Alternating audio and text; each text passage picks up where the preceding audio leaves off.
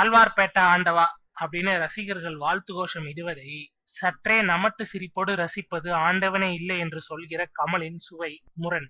ஆனால் இந்த ஆழ்வார்பேட்டை ஆண்டவர் அங்கிருந்து கிளம்பி நீலாங்கர பங்களாவுக்கு போய் 2 வருஷங்களுக்கு மேலாச்சு. ஆனாலும் கமலின் இளமை பருவம் கழிந்த ஆழ்வார்பேட்டை வீடை அலுவலகமாக செயல்பட்டு வந்ததில் எந்த சிரமமும் இருந்ததில்லை. தினந்தோறும் இங்கு வரும் கமல் பல்வேறு நல்ல கெட்ட விஷயங்களை இங்கிருந்து தான் டீல் பண்ணியிருக்கிறார். நான் இந்தியாவை விட்டே போறேன் என்று அதிர்ச்சி கிளப்பியதும் இந்த பில்டிங்ல இருந்த போதுதான். அதுக்கப்புறம் மாடியிலிருந்து தடுக்கி விழுந்து காலை உடைத்துக் கொண்டு இன்னும் கட்டோடு நடமாட காரணமாக இருப்பதும் இந்த ஆழ்வார்பேட்டை ஆபீஸ் தான்.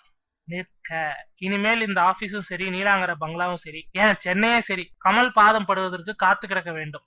அல்லது படாமலே போகக்கூடிய நிறைய வாய்ப்புகள் இருக்குது.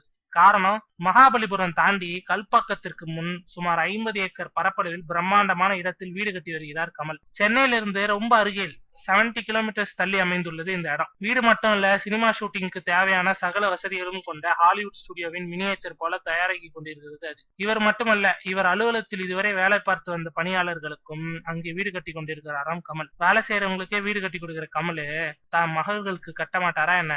அவங்களுக்கும் பிரம்மாண்டமான பங்களா தயாராகி வருகிறதான். இன்னும் சில மாதங்கள்ல எல்லாரும் அப்படியே அங்க ஷிஃப்ட் ஆகுறாங்களாம். சினிமா எடுப்பதற்கு சென்னையில் தான், அதுவும் கோடம்பாக்கத்துல தான் இருக்க வேண்டும் என்கிற கட்டாயத்தெல்லாம் சுருக்கி நொறுக்கி விட்டது விஞ்ஞானம். கமல் மாதிரி ஜீனியஸ்களும் விஞ்ஞானத்தை சரியாக யூஸ் பண்றவங்களும் இந்த 70 கிலோமீட்டர்ஸ் என்பது ஒரு தூரமே இல்லை. மிக முக்கியமான குறிப்பு, இந்த ஸ்டுடியோவுக்கான பிளானு மற்றும் கட்டுமான பணிகளை பார்த்து பார்த்து கவனித்து வந்தது நம்ம கௌதமி. இனிமேல் அந்த கோட்டைக்குள் நுழைய முடியுமா என்பதுதான் கண்ணில் 2 சொட்டு கண்ணீரை ஸ்ப்ரே பண்ணுகிற அளவுக்கு தொண்டையை அடைத்துக் கொள்கிற கேள்வி. எல்லாம் ஆழ்வார்பேட்டை ஆண்டவன் கவனிச்சுப்பாரு.